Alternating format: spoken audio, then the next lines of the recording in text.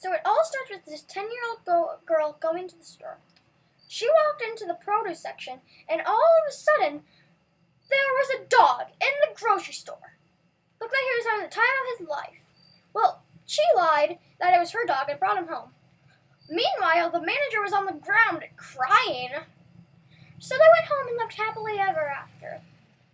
Oh wait, that's not how the story ends.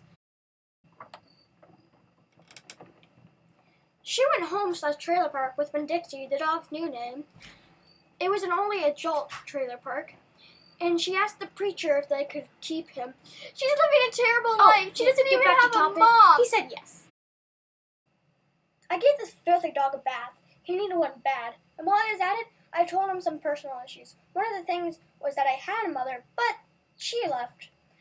I could see that Winn-Dixie wanted me to ask the preacher about my mother, so I caved in and asked him.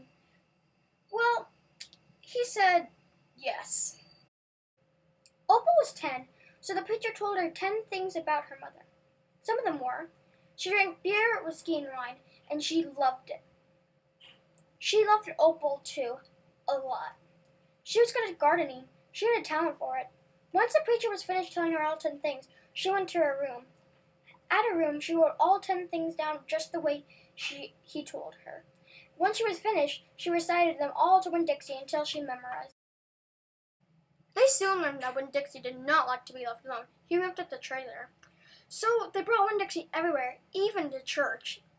This church used to be a pick-a-quick, and it still has pick-a-quick on the floor, no matter how hard the preacher tried. Everybody who went to the church had to bring fold-up chairs, since there was no pews, since it used to be a grocery store. Winn-Dixie was tied outside, but during the sermon, he started to howl, so the preacher sent Opal to go get him. This church had mice, so one passed Winn-Dixie, and he started to chase it. Then, without squeezing it, he put it in front of the preacher. And the preacher grabbed it by the tail and threw it out the door. Then everybody prayed for the mouse and anything else that they had to pray for. Opal spent a lot of time that summer at the W. Block Memorial Library. The woman who owned it was named Miss Franny Block. It was one of the first friends I made that summer. Winn-Dixie didn't like it when I went in the library, so I taught him how to look in the window to see me. But the first time Miss Franny Block looked in the window, she didn't think he was a dog. She thought he was a bear.